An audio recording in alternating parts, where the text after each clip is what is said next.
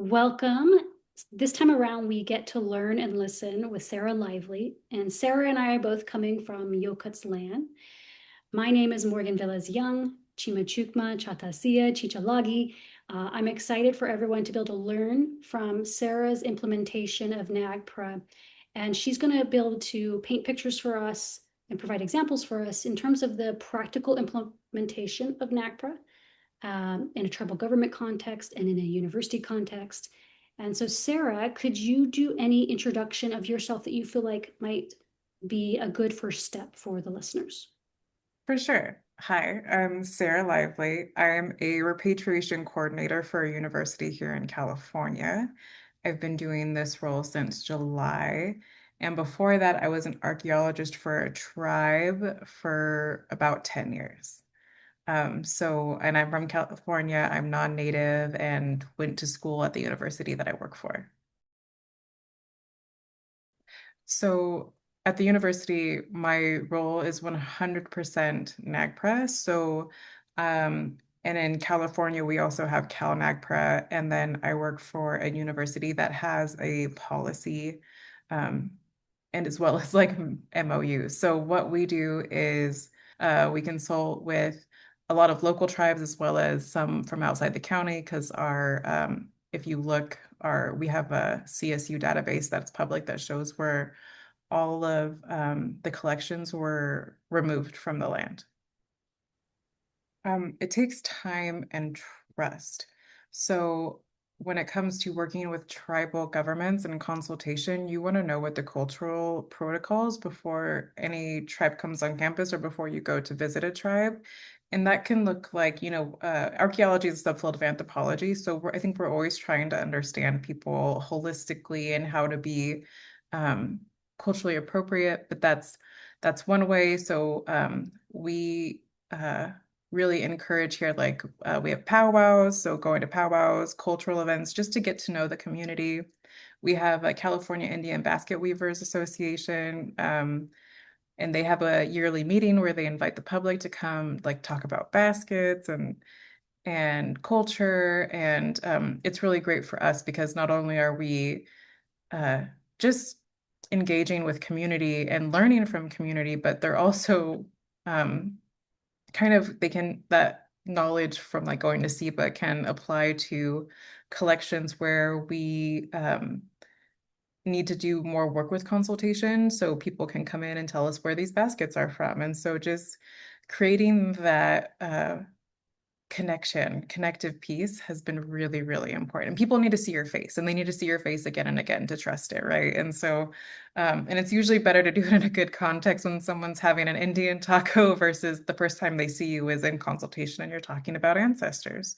Um, you know, and also like for us here, one of the things that we do is you always have food for a meeting. You're this is a government to government situation, and so you want to treat this like you would any other high level government entity.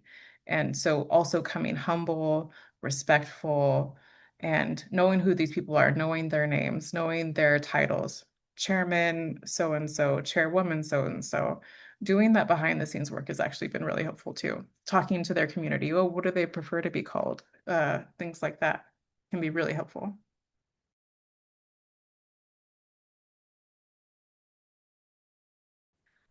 I don't want to say that where we're at is the ground floor, but it does seem like the ground floor continues to move, and that's where we're meeting it. But so right now, something that I consider kind of nitty and gritty and very tasky is that we're doing like there really hasn't been a proper amount of reporting, like not a good amount of documentation. Like you always want to have that administrative record. Who talked to who talked to when. And that's why I think museum practices are so important. Archaeologists, we're pretty notorious for being bad at that. Like we kind of need to be taken care of.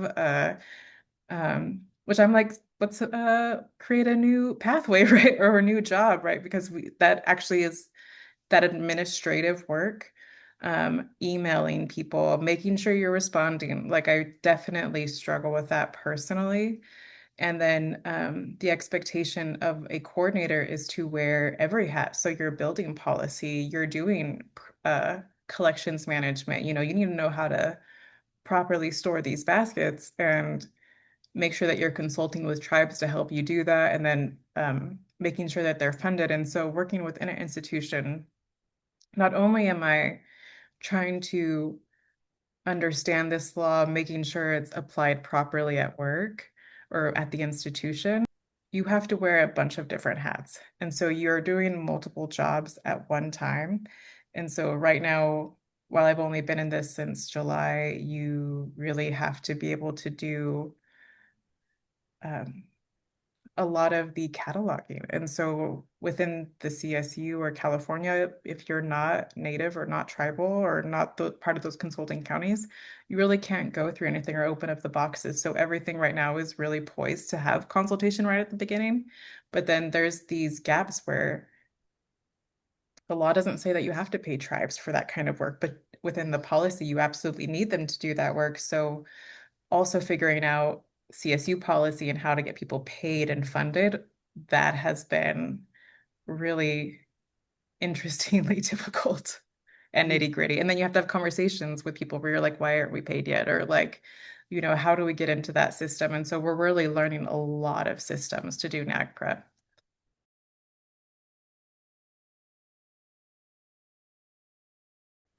So I can speak to both, and it's kind of fun because the person who would have done the tribal side is also the person who's doing the university side. So we've contracted with she's also a faculty member.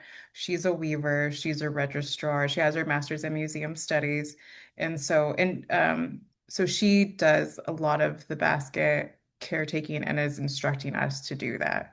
So, and how to, and like what to look for. And from the tribal side, you know, both have to have the federal regulations, right, for museum storage. Uh, the university is trying and is under-resourced and underprepared, and it's it's setting us up to like create policy to have more indigenous-led people in there to preserve these baskets until they go home. We're also trying to repatriate them as quickly as possible, but we want to make sure that when they go home in the way that they came. And then on the tribal side, again, it's the same person who would be caring for the baskets. Again, my background is archaeological, so I tend to be more rocks and plants and stuff like that.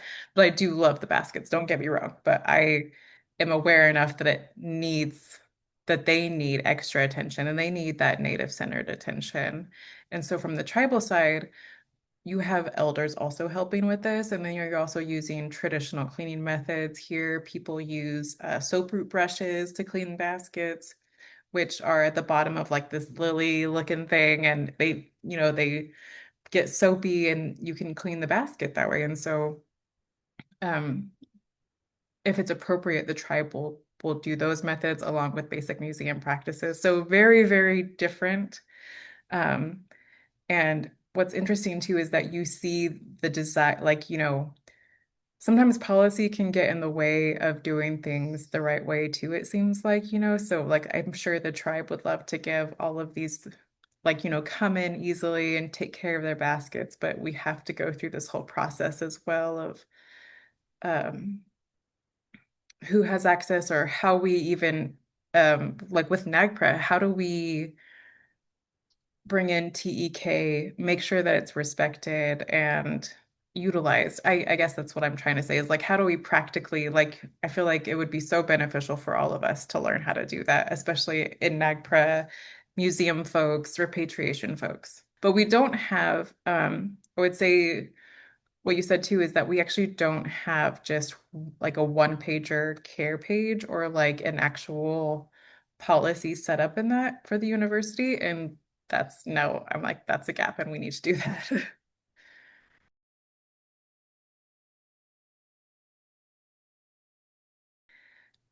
So again, we're here in California, and so the laws have changed drastically. Pre-2020, um, measures that certain institutions to repatriate were outside of the law. They were because the law didn't have teeth, and this is why we want to go by the letter of the law.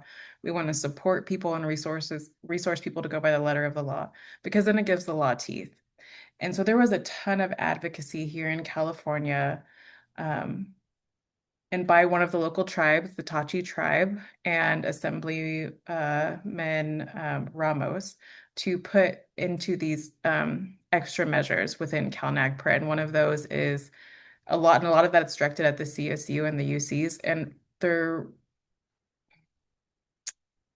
when you're so in it for so long and then everything changes, I would say you have to zoom out. And that's been a big learning thing.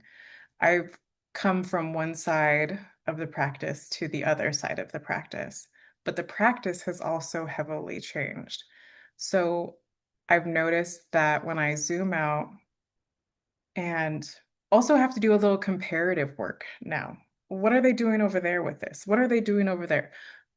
Okay, there's actually a best practice here, and we can utilize that for the benefit of expeditiously repatriating. And so that has been a big one. Connections between this work and, like I think the laws are gonna continue to change too, because this is showing gaps in a lot of different places. And right now those gaps feel like we can maybe fill some of them. Um, Another big thing I'm sure this is all over the United States, but like MMIP, MMIW.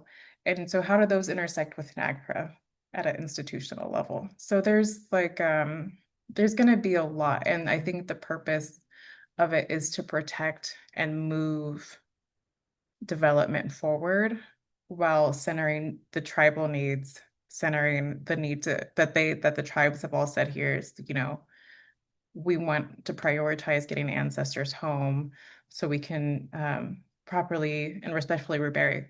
So I think that's, yeah, I guess like something I've learned is that we really have to zoom out, and there's usually something else that either we can just, toss around, like, what is this?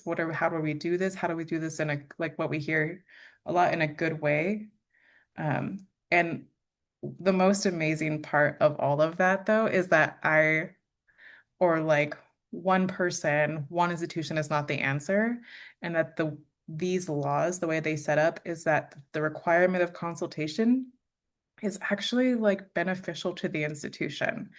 And having a committee is beneficial to the institution because you're getting checked before you make a mistake, but they're also guiding us through what is really needed and how all these things connect. And then getting to do this work from a university where you're like, we can impact our communities and we can do the right thing. And we can also take a step back and let tribes really talk about what this is. So I think that was like zooming out. Oh my gosh, you guys have usually had the answer already. And, it's because of not listening. So listening is also a huge one.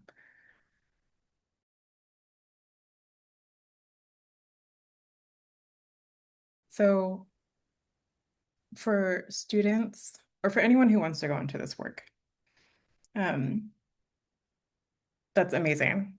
Thank you for doing this service. Uh, Learn the practical stuff, but also balance it with, I think, the emotional. So, like, learn how to do policy. Like, what does it mean to build policy? How do you connect people to policy? How is policy triggered?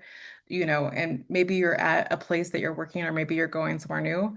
Learn that place is. Maybe you'll learn, and you're going to have to learn from a diverse group of people to ultimately build what is right for where you're at with the tribes where you're at. And so I think the more, I don't want to say just like experience, but just like putting yourself in the way of information, looking for resources that are tribally centered, like the ATOM, which is the archives. I was at tribal archives. I'll have to Libraries and Museums Association, like everything from them is from the tribe. And so they have tons of resources. So if you're not tribal or if you're looking for other tribal perspectives, that's a really good one. Um, I would say, but also very much the practical. Like you're doing the policy, you're learning the law. Always go back to the regs. Remember that the law is neither morally or ethically right. This is a good time to learn your own integrity, to make sure that your integrity is separated from the institution's need to survive as well. And learning how to center I would suggest centering ancestors and tribes, but also like your why, because you're going to be distracted so many times in this work. There's going to be really hard days. There's going to be for me, like seeing elders come in and not realize, when that emotional bit, like that takes time. So also having an after consultation, like self-care guide, or if you're native, what is that self-care for you? Where is that community that's going to hold and support you? And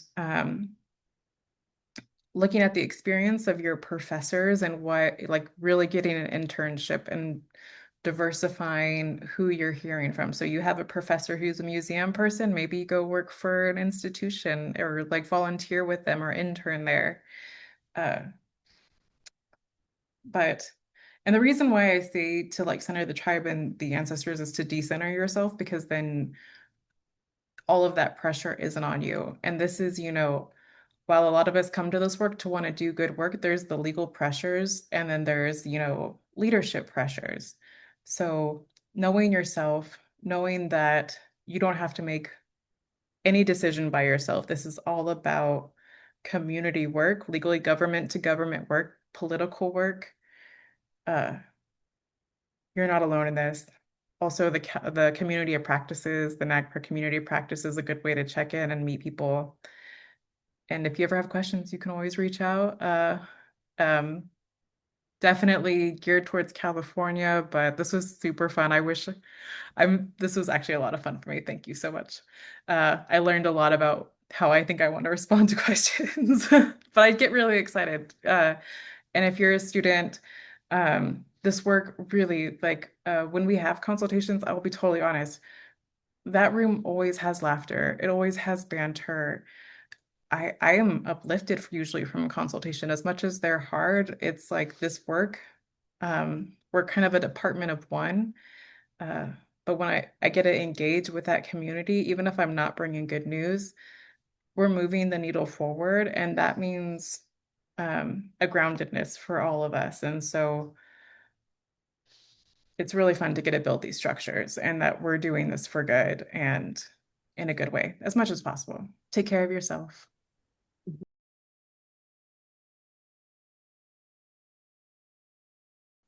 I like duty of care. I feel like that puts pressure on the institution or museum to consult, and then that gives you can really like the law is the ground floor. The regs are the ground floor, but you got to get those, and so you always got to go back to the regs.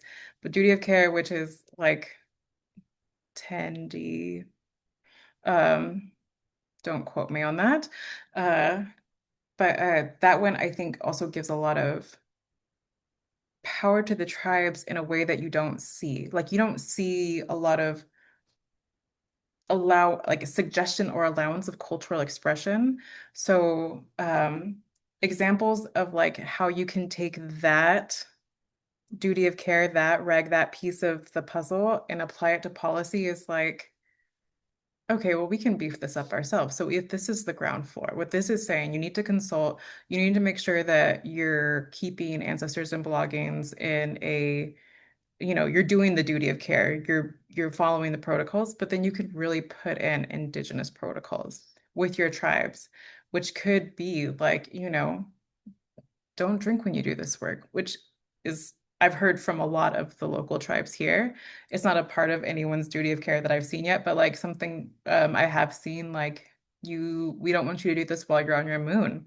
And for the law to be able to give that access and right to tribes to be like, handle these, our people, our ancestors in this way is like, okay, that's kind of cool. Because when I think of the law, I'm usually not like it's here to help out the people. It's usually here to help out the system, but to have that, I think is is is cool. And so we're actually building policy around that too, which I'm like, and we get to consult, or we have to consult, but it feels like we get to, and it's like, what do you guys want in this? Like, and it's extending to things like research, and then how do you connect the dots? And so for me, duty of care has really been a place of, well, what is our duty of care? And it's like, oh, we have to go ask the tribes. And the tribes are going to say, well, we need to think on this. And so something that we're going to start doing is a workshop and to bring in tribal communities to help consult and learning how, this is the other thing I will say, this is not necessarily related to the question, but as someone who does outreach for tribes or consultation with tribes, a letter isn't sufficient. Like you have to email, you have to call, you have to make yourself available and go up. And so this summer we actually really get to do some of that, which feels like anthropological work. Like, how do you guys want this? And how do you guys want this? How do we even connect you to this information? And so there's a training component of it too, or a listening and a symbiotic connection. Also, another thing too is like if you do go into work, native work, this type of work, it is really good to know your local lithic material, your botanical material, because one thing I've always been told is you can't talk about the tribes without talking about the place. And so GIS, my work for the tribe also did a lot of GIS, which was the power of where were these ancestors taken? Where can they go back? Where is protected? Uh, Wait, there's other layers to this map. Oh, that was an old village site. Oh, we can protect this. So there's just all these layers that NAGPRA, consultation with tribes, duty of care can provide to what my personal belief system, the greater community of like everybody, accurate histories told from the people. And see, this is where I get all excited about everything. And it's like, yes, oh my gosh, we can get rid of those books that like aren't accurate and shouldn't be here anyways. Um, because the people, we were making space for the people to come tell their story.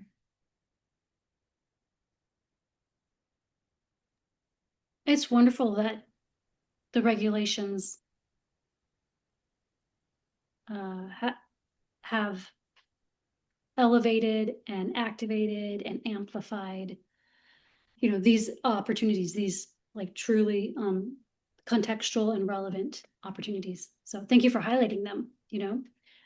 Even though the regulations have been clarified multiple times across 35 years or so, those clarifications always bring us back to